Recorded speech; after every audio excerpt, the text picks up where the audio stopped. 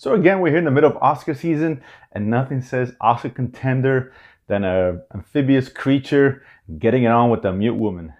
And with that, I'm working with to another episode of the Romantic, where my goal, as always, is to enhance your movie watching experience. So, The Shape of Water, I was very excited to see this movie for a couple of reasons. One, it's got a lot of buzz, a lot of praise leading up to its release. It's gotten already nominated for a couple of the pre-Oscar shows and all that, Golden Globes, etc.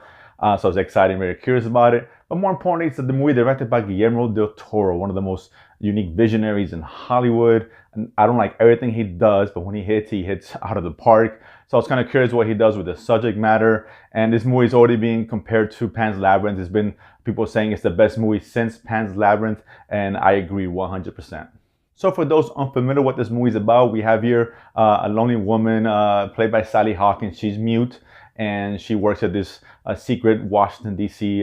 Facility. She's in the custodial art, if you will. And this facility is housing this as asset, is what they call it, which is this creature found in Brazil, who is an amphibian-esque kind of creature, water, land, and all that.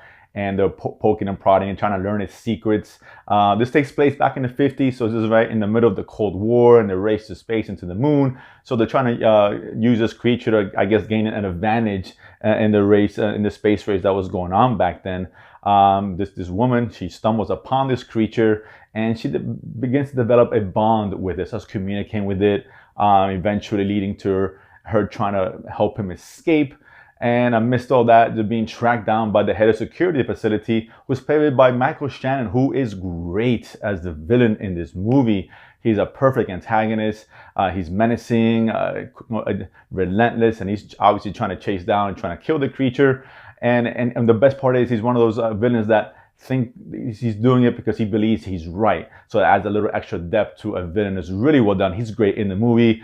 Obviously, not only him, his performances across the board are fantastic.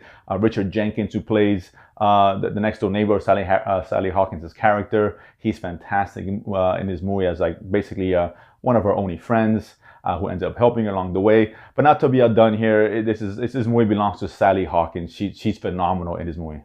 What she does so well is she does such a great job. Remember, she aside from this one kind of dream-esque sequence, she doesn't talk at all in the movie. So all these deep emotional things that are going on, she's conveying by her just body language, her facial expression, her eyes. She does such a great job. You believe everything that she's feeling. You root for her. She's sweet and tender all at the same time, but has a little bit of spunk to her. It's such a great character, and she does such a great job bringing her to life. It'd be a crime if she's not nominated for an Oscar. I'm not saying she's going to win or not, but she needs to be nominated. She's that good. Now, there's other things that make this one of the better movies this year, aside from the acting. It's the story itself. I mean, Guillermo del Toro does such a great job directing this movie. This is a movie which it's a fantasy. It's obviously a dark fantasy, a dark fairy tale. I don't want people to think that this is a movie you can take the family, the kids to, because it's not. It's as mature as you're gonna see. A lot of sexual content, violence, and all that. But it's a sweet tale despite being so dark, almost in the same vein as what Pan's Labyrinth was. And he does such a job of balancing. Not only, I mean, if at its surface, you see it's a Beauty and the Beast-esque kind of movie. It's a woman who falls in love with this creature, basically is what happens. But it goes deeper than that. This explores the ideas of loneliness, belonging, and it uses that so well as far as supporting the fact that she's see something different in this creature. They see something in each other that sparks that relationship. Now, it might sound kind of awkward, and sometimes you'd be like, it's kind of just weird seeing these two kind of interact when obviously when they get to be more romantically involved, if you will.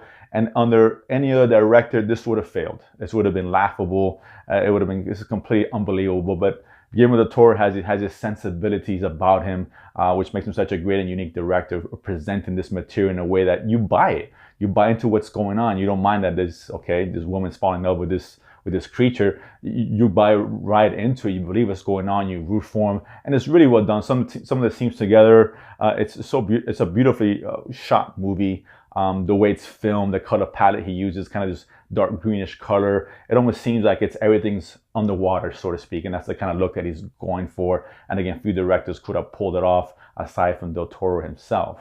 So admittedly, this may not be a movie for everybody. Not everybody might get what's going on, might accept what's going on. A lot of people are gonna fall in love with the story, fall in love with these characters. I really enjoyed this movie. I thought it was really well done. I didn't love it. I didn't connect as much as I wanted to on an emotional level with it. But that's not a fault on the movie. That's just sometimes, some people connect to some movies more than others. It's how it goes. But I think a lot of you guys will, when you buy into the story and what's going on, you're really going to be so vested in the characters and their story as it progresses through. It's really well done, really well paced, excellently shot. This is a movie I absolutely, definitely you guys go check out. Particularly if you're into all the Oscar movies coming out, this is one you definitely should see, because I guarantee you're going to hear this movie come Oscar time. There's no question about it. This should be nominated for one of the best movies of the year. Whether it wins or not, different story.